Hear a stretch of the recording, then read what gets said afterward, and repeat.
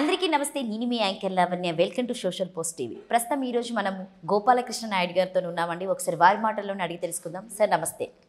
నమస్తే అమ్మా. ఎలా ఉన్నారు సార్? బాగున్నాను తల్లి. సార్, అందరికీ ఏంటంటే హస్త సాముద్రిక శాస్త్రం పైన అవగాహన ఉండాలా కంపల్సరీగా. మనం మనిషి జీవం ప్రారంభమైన దగ్గర నుంచి, మనిషి పుట్టినప్పటి నుంచి అనేక విషయాల గురించి తెలుసుకుని వాటిని తన జీవితంలో అన్వయం చేసుకుని జీవితం గడుపుతున్నారు. వ్యవసాయం అనుకున్నట్టు వ్యవసాయం గురించి తెలుసుకుంటున్నారు. వంటలు, ఒకప్పుడు ఈ వంటలు ఉండేవి కాదు, ఇప్పుడు కొత్త కొత్త వంటలు తయారు చేస్తారు. మేడం చేస్తారు కదా, అలాగే మా మేడం చేస్తుంది. చాలా రకరకాల కొత్త కొత్త ప్రయోగాలు చేస్తుంది. అలాగే ఏదైనా వైద్య శాస్త్రం, ఒకప్పుడు ఏవో 4 మూలికలతోటి వైద్యం చేసేవారు. ఇప్పుడు శరీరంలో అన్ని భాగాలకి సంబంధించినటువంటి వైద్యం అందుబాటులోకి వచ్చింది. ఇవన్నీ ఎలా ఉన్నాయి? మన గురించే కదా ఇవన్నీ, మానవుని యొక్క జీవనం కోసమే కదా. అలాగే ట్రాన్స్పోర్ట్, ఒకప్పుడు కాలినడకని వెళ్ళేవారు, ఎడ్ల బండ్లు, సైకిళ్ళు, కార్లు, విమానాలు ఇవన్నీ వచ్చినాయి.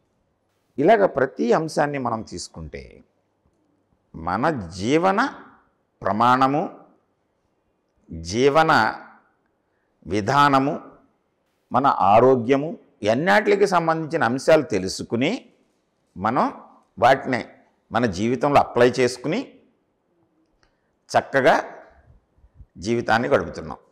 అలాగే గృహ నిర్మాణం, ఒకప్పుడు పందిర్లు, పాకలు, గుహలు, తాటాకిళ్ళు, తర్వాత పెంకుటిళ్ళు, ఆ తర్వాత రేకులు, ఆ తర్వాత స్లాబులు, ఇప్పుడు మల్టీ స్టోర్డ్ బిల్డింగులు, చక్కని దాని మీద అవగాహన ఏర్పరచుకుని, కానీ మన గురించి మనం సరైనటువంటి అవగాహన ఏర్పరచుకోకుండా జీవితాన్ని గడిపేస్తున్నాం.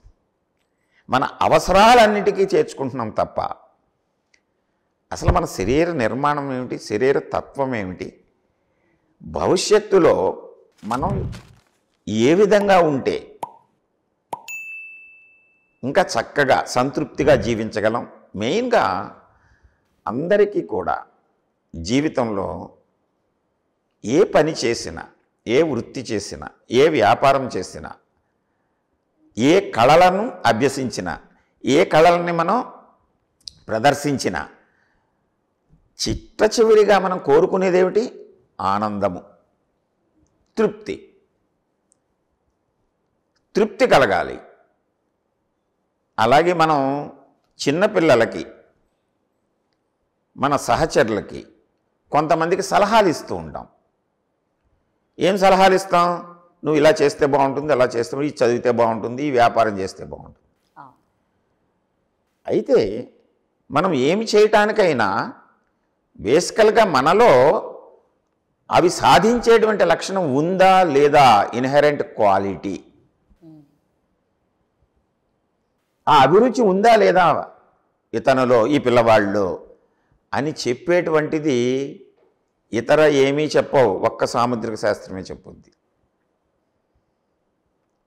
సాముద్రిక శాస్త్రంలో ఇంట్లో ఉన్నటువంటి ఒక పిల్లవాడు కానీ, వాటి యొక్క ప్రవర్తన కానీ ఎలా ఉందో తెలుసుకుని దానికి అనుగుణమైనటువంటి విషయాల వైపు అతన్ని మళ్ళిస్తూ ఉంటే అతని భవిష్యత్తులో చాలా ఆయా రంగాల్లో అభివృద్ధిలోకి వచ్చి ఆనందంగా జీవితాన్ని గడుపుతాడు. అందుకోసం ఆ తల్లిదండ్రులకి సాముద్రిక శాస్త్రం మీద అవగాహన ఉందనుకోండి, కొంతైనా, అంతే కదమ్మా. మీ అమ్మగారికి చక్కగా వంట చేసి పెట్టేటువంటి అలవాటు పుట్టిన వెంటనే రాలేదు, తర్వాత నేర్చుకున్నారు, ఒక అవగాహన ఏర్పరచుకున్నారు. అంతేకాదు, మీ కుటుంబంలో ఉండే సభ్యులందరి యొక్క ఆరోగ్య పరిస్థితులు, వాళ్ళ అలవాట్లు, వాళ్ళ ఇష్టాయిష్టాలు తెలుసుకుని వంటలు చేస్తారు. అంతేనా? మీ ఇంట్లో పెద్దవాళ్ళు ఉన్నారనుకోండి, ముసలి వాళ్ళు పళ్ళు లేవనుకోండి, వాళ్ళకి చక్కగా మెత్తగా ఉండేలాగా, చిన్నపిల్లలు ఉన్నారనుకోండి వాళ్ళకి డైజెస్ట్ అయ్యేలాగా, మీరు యువకులు ఉన్నారనుకోండి మీరు మంచి స్పైసీగా ఉండేలాగా ఎలాగైతే చేస్తారో అవగాహన ఉండాలి కదా. అలాగే మీ పిల్లల్ని మీరు తీర్చిదిద్దుకోవాలనుకోండి, వాళ్ళని ఏ స్కూల్కి పంపాలి, ఏ శాస్త్రాలు నేర్పాలి, ఏ కళలు వాళ్ళకి నేర్పాలి, ఏ వయసులో ఎలా ఉండాలి, అది తెలుసుకోవడం కోసం సాముద్రిక శాస్త్రంలో మినిమం పరిజ్ఞానం ఉండాలి. వంటల్లో మినిమం పరిజ్ఞానం ఉండాలి. చెఫ్లాగా అక్కర్లేదు. ఉంటే మీరు చక్కని భోజనం మీకు పెట్టగలరు.